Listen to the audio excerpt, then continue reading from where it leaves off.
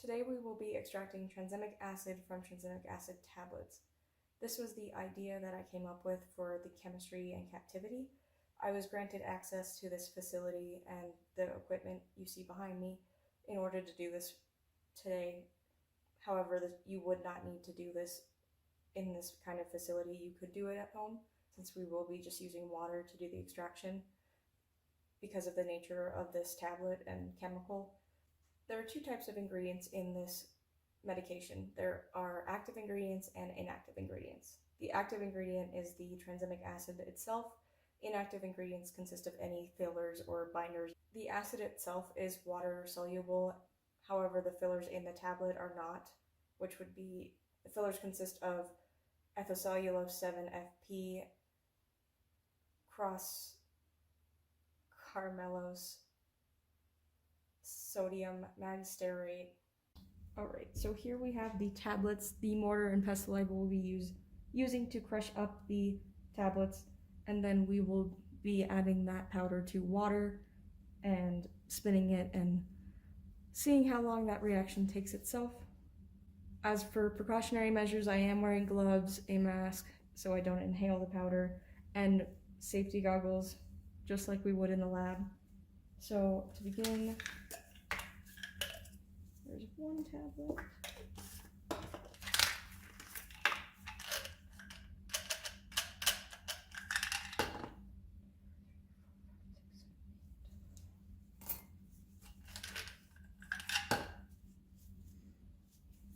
This is what the tablets look like. They just look like a regular white tablet.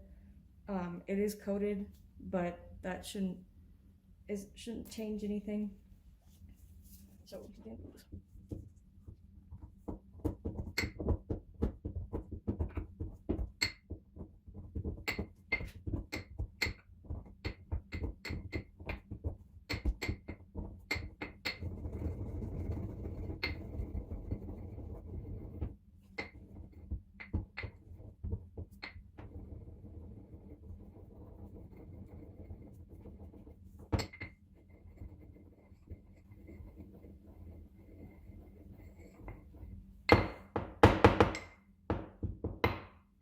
As you can see, we are getting a fine white powder, which should allow the acid to mix in with the water easier.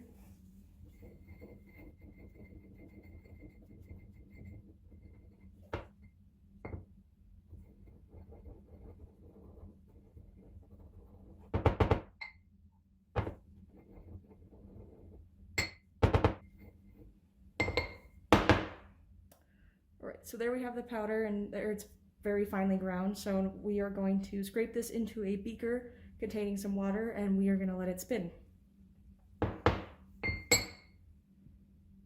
Okay, so I have obtained reverse osmosis water, and I'm going to be pouring the powder into the water, and then we will get it on a spinning plate and let it go for a little bit and see how long that takes. I have a trusty scraper here that I'm just going to use to scrape all the powder in so that we can get the estimated 6.5 grams, or as close as we possibly can to that.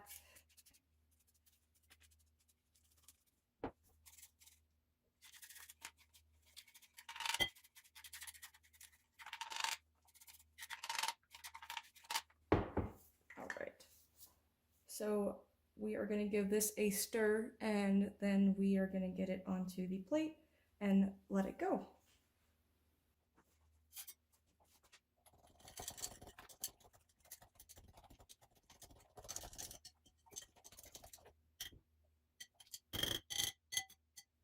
So as you can see, we have the solution stirring. We are going to give it about 20 minutes just to be safe. It looks cloudy at the moment just because of the filler from the tablets.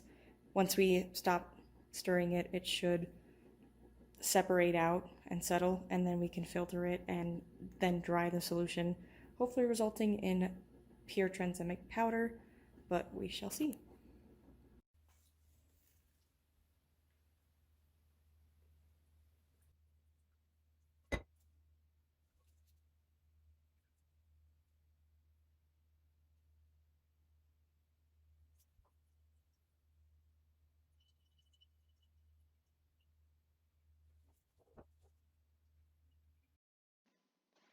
The molecular formula is C8H15NO2.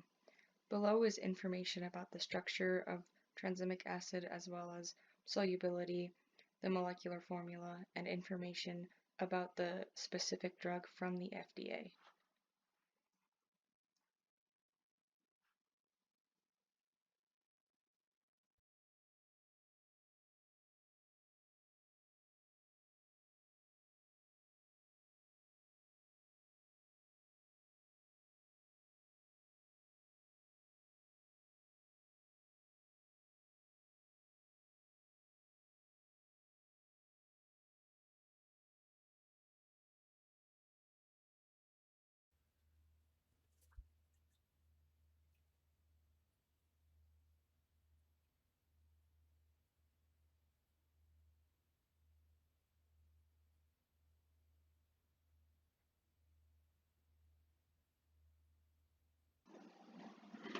The theoretical yield should be 6.5 grams of pure C8H15NO2, since we started with 10 1-gram tablets that were crushed, resulting in 10 grams of powder mixture.